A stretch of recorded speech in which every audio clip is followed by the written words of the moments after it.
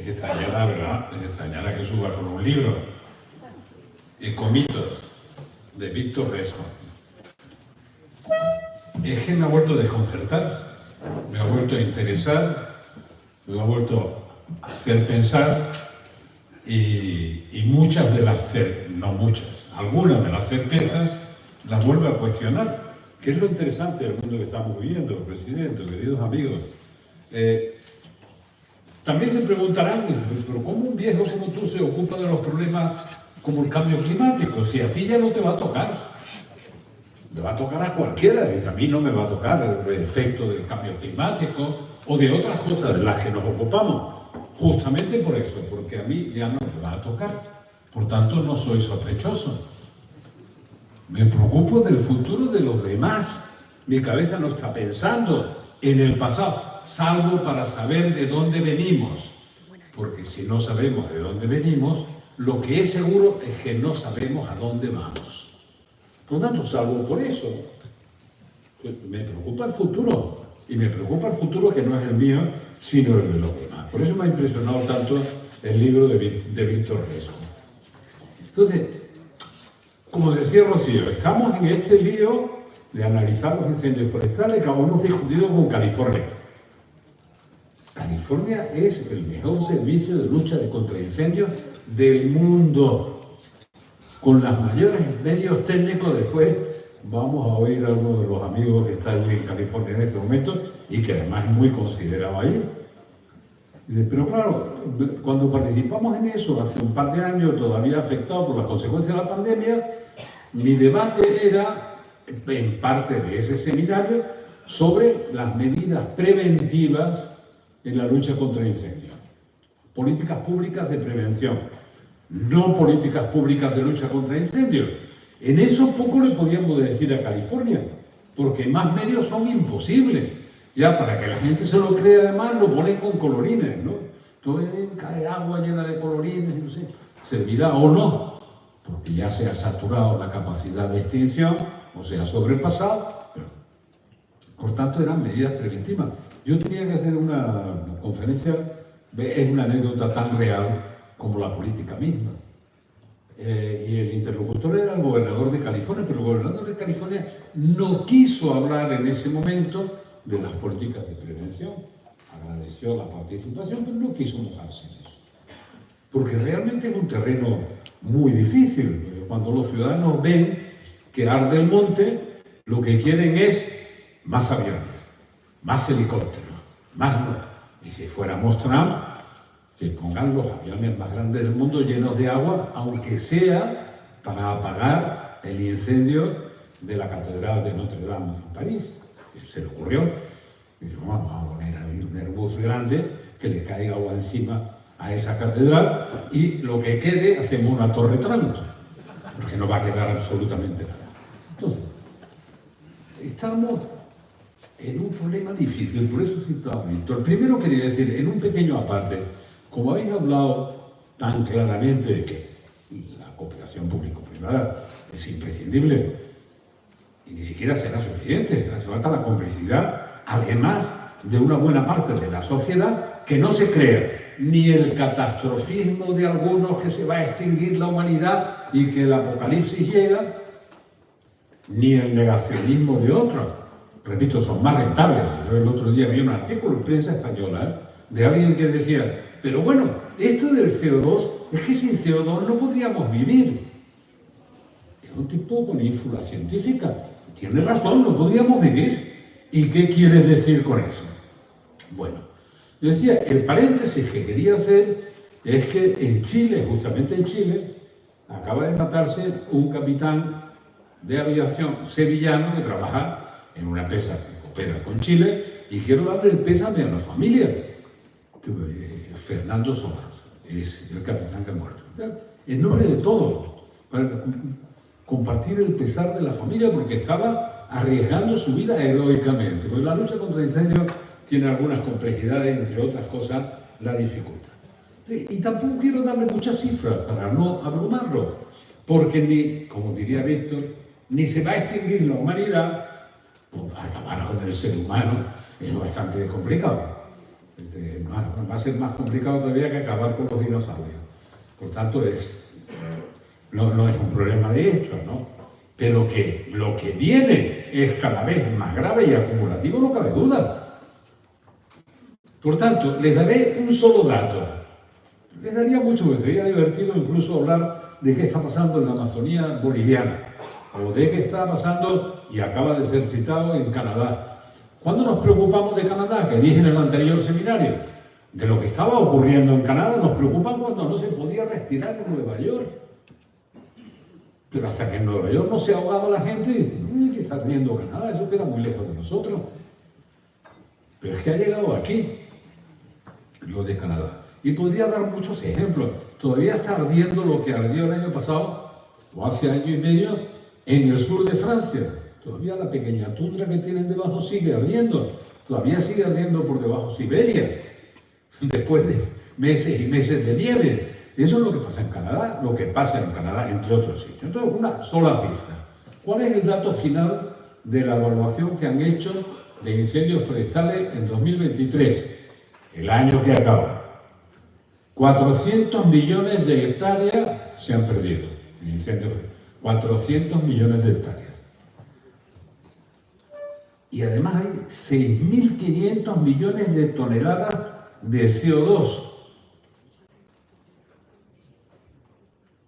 El 75% de las toneladas de CO2 de toda la industria mundial, de la industria. Estamos muy preocupados por la industria. Usted que no produzca usted más acero. Por tanto, que lo produzca en otro lado. Porque acero vamos a necesitar. O sea, las cifras son importantes, abrumadoras, como para tenerlas en cuenta. ¿Cómo se gobierna eso? Los que tenéis que gobernar, ustedes más jodidos que yo no tengo que gobernar. Hay que tomar decisiones muy complejas y no precipitadas. Es una de las sorpresas que me he llevado leyendo el libro de Víctor. Dice usted, cuando se mide la contaminación en términos de CO2 de los diferentes actores que existen, dice, resulta que la menos contaminante es la nuclear. Entonces, se asusta uno de pensar que contra la energía nuclear hay una corriente de opinión enorme. Y esa corriente de opinión enorme, sobre todo, se fundamenta en que no sabemos qué hacer con los residuos nucleares. ¿Y tiene razón? Sí. Pero ¿qué vamos a hacer con los residuos de las plantas fotovoltaicas? ¿O con los residuos de los aerogeneradores? ¿Qué vamos a hacer? ¿Alguien lo ha pensado? Cuando se acabe la vida útil de una planta fotovoltaica que ha ocupado un espacio de terreno enorme, el que sea, que ha acabado con la agricultura, ni siquiera tenemos previsto quién tiene la responsabilidad de desmontarlo y cómo se reciclan los metales. No digo ya cómo se paga la minería de esos metales imprescindibles, que naturalmente está fundamentalmente basada en trabajo esclavista, sino qué se hace con esos metales que no son reciclables. Reciclables en la mayoría de los casos, para nunca. Pero claro, son energías limpias. ¿Por qué? Porque alguien sacramentó que son limpias.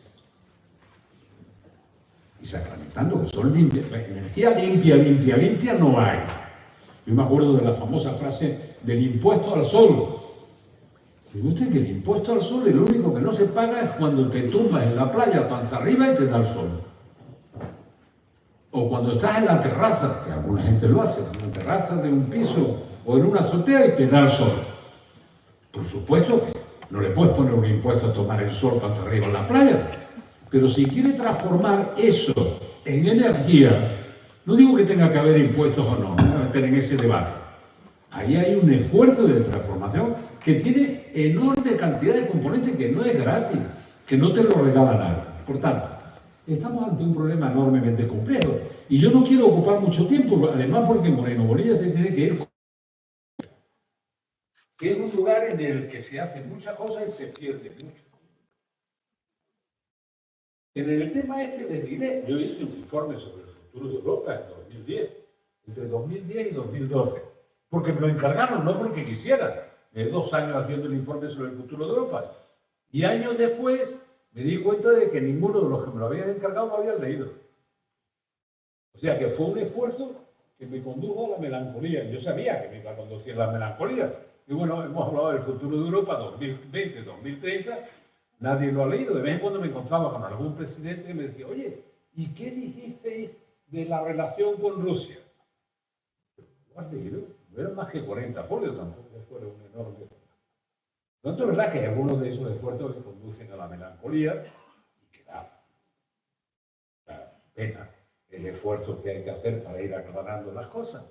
Bueno, se va a Bruselas. Es muy importante lo que nos pasa. Por deciros ejemplos de esto, que es lo que hoy solo quiero exponer. La Unión Europea se da cuenta de que los incendios forestales tenemos mucha más experiencia porque hemos padecido mucho más, ¿verdad? Entonces, como ha tenido el problema, pues tenemos más experiencia. Y ahora nos piden parte de la experiencia los que todavía no lo han padecido, pero están en camino de padecerlo. ¿Quién le iba a decir a mis amigos suecos que 20 días después del deshielo de los lagos iban a arder 30.000 hectáreas de pino? Nunca lo hubieran imaginado, pero le ardieron un poco tiempo. Entonces empezaron a pensar cómo se extinguían los incendios. Nosotros de eso tenemos mucha experiencia. Y de la experiencia hemos sacado una cosa positiva, porque otros no tienen mucha experiencia y no han sacado tecnología. Pero nosotros sí hemos sacado tecnología en la lucha contra incendios. Entonces Europa, que de pronto se siente, el resto de Europa, se siente amenazada por eso, que sabe que la selva negra puede arder entera. Imagina lo que supone eso.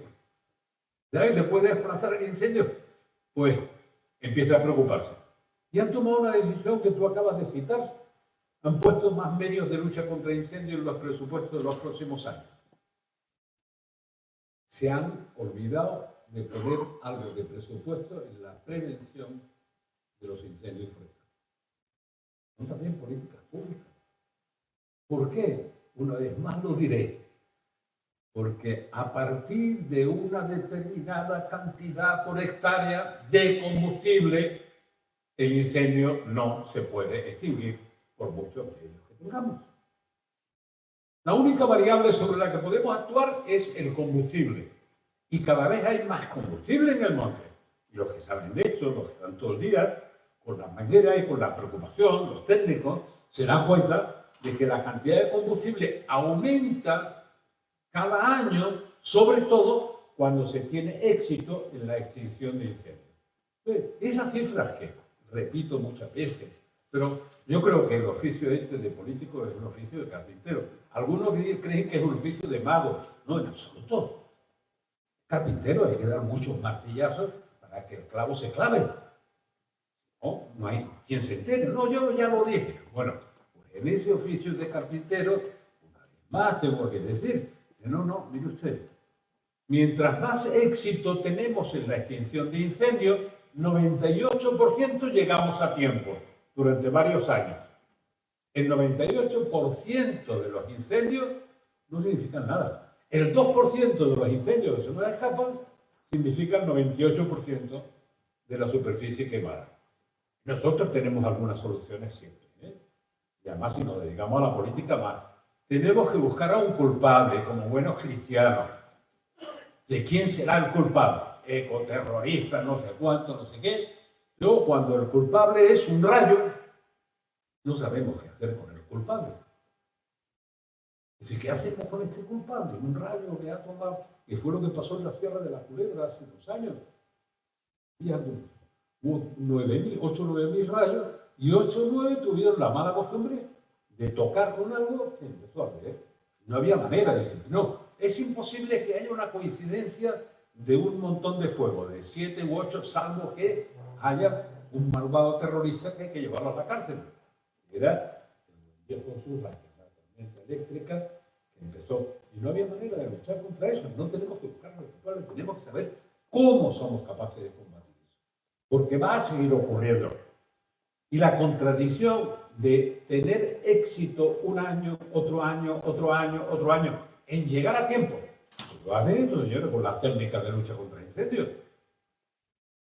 Mientras se mantenga una acumulación creciente de combustible en el monte, quiere decir que en el momento en que se te vaya de la mano, los años acumulados, vas a tener un incendio como los que tuvieron en Portugal en 2017. Y podíamos haber tenido de la frontera para acá, exactamente igual que ayer. Muchas veces lo repito, algunos se ofenden. Dice, para nosotros, ¿qué es un espacio protegido? Y en esto no hay ideología, nada más que preocupación. Un espacio protegido desde el punto de vista medioambiental, desde el punto de vista de la lucha contra el incendio, no sé qué, es un espacio donde desaparecen los que estorban, que son los seres humanos. Hay que quitar en medio a las personas. Y oye, si lo que hemos heredado desde el punto de vista del tratamiento del monte, de nuestros abuelos, de nuestros tatarabuelos, esto de que los incendios se apagan en invierno, lo que hemos heredado es un mosaico, porque vivían en el monte, ahora vivimos contra el monte, o vivimos asustados por el monte, no contra, pero asustados. Lo disfrutamos y nos da miedo. Pero no estamos integrados en la naturaleza, por tanto no estamos dando una respuesta a lo que necesita la naturaleza. Y esto ya lo he repetido varias veces, no me importa repetirlo más veces. Ahora leo a Víctor Rejo y digo, bueno, ahora me complica más la vida. Pues resulta que la menos contaminante de todas las energías disponibles es la nuclear. Pero nosotros vamos a cerrar todas las nucleares. Porque los residuos nucleares no hay manera de almacenarlos porque duran 10.000 años los efectos. Y los residuos de las instalaciones fotovoltaicas o de las instalaciones con los aerogeneradores, ¿cuánto tiempo duran? ¿Y cómo se reciclan? Algunos son irreciclables y duran mucho más que eso. Pero eso es nuevo. Eso nos lo descubrirán después, ya veremos lo que hacemos. Por lo tanto, esta es la primera parte de mi reflexión. Y naturalmente, como me conocen muy bien mis paisanos, me podría llevar una hora más reflexionando. Pero quiero decir, este no es solo el problema que me preocupa.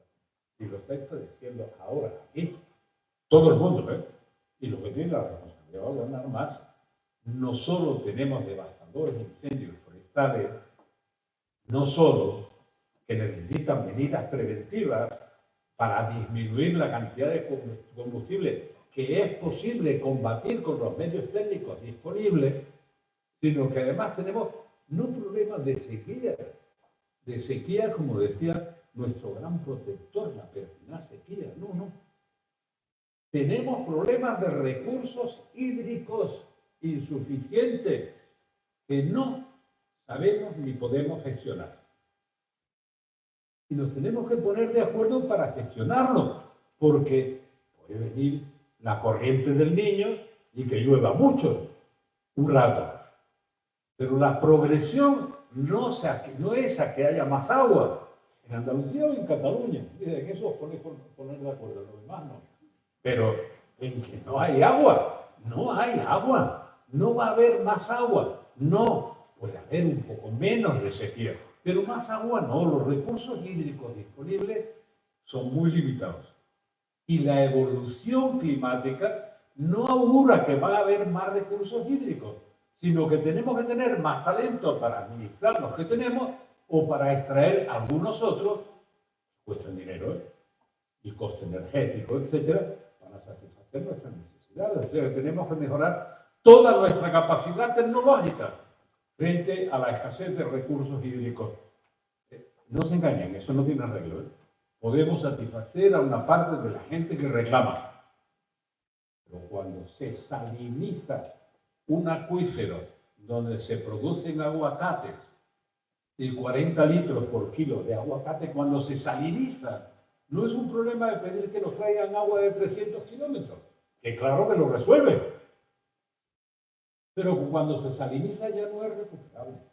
Aunque llueva, ese acuífero se puede rellenar, pero salinizado, no podemos regar con él. Y digo, bueno, ¿y ese tipo por qué se mete en el riego de los aguacates? Porque me preocupa, me preocupa. Porque creo que hay que gobernar el paisaje y tener en cuenta al paisaje. Nuestra política cada vez se les preocupa más de la última milla. ¿Para qué tomamos decisiones? Para que lleguen a los ciudadanos contando de los ciudadanos.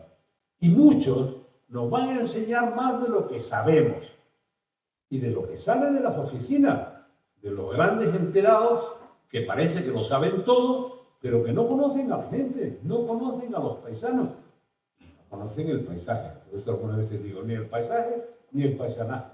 Por favor, tenganlo en cuenta. Incluso cuando se equivocan, saben más que nosotros de lo que han vivido. Ahora estamos ante un desafío impresionante. Que todo le podemos llamar cambio climático. España está muy afectada. Pero que no se preocupen los demás arriba, que van a estar igual de afectados. Porque va para arriba, esto no es un problema del Mediterráneo. Antes comentábamos lo que está pasando en Bolivia. Me callo. Lo que está pasando en Bolivia es como lo de Canadá, pero lo eleva a la categoría que quiera. O el Pantanal, que conozco también, de Brasil. Miren, un pequeño dato. Con eso me callo. La selva amazónica vive en 15 centímetros de tierra fértil. 15 centímetros. Se retroalimenta la propia selva y crea su propio ciclo de lluvias para que perviva la selva amazónica. Cuando alguien tan espabilado como ganar terrenos de cultivo quema esa selva para poder sembrar soja o meter ganado, a los 2 años una tormenta se lleva esos 15 centímetros y lo deja como este suelo. Entonces, lo único remedio que queda es otra vez seguir quemando selva y otra vez disminuyendo la cantidad de agua que produce esa selva húmeda. Bueno, estamos ante eso. Digo que las soluciones son fáciles. No, pero donde son razonables hay que empezar a tomar decisiones. Y una de las que son razonables son las medidas preventivas con el combustible, por lo único que podemos actuar en la lucha contra incendios. Eso hay que hacerlo, sí o sí. Y hay que hacerlo público-privado. ¿Por qué? Porque no hay que tener presupuesto para hacerlo solo. Y porque hay que aprovechar la biomasa. Así que, a bañarnos. Y leer esto para intentar.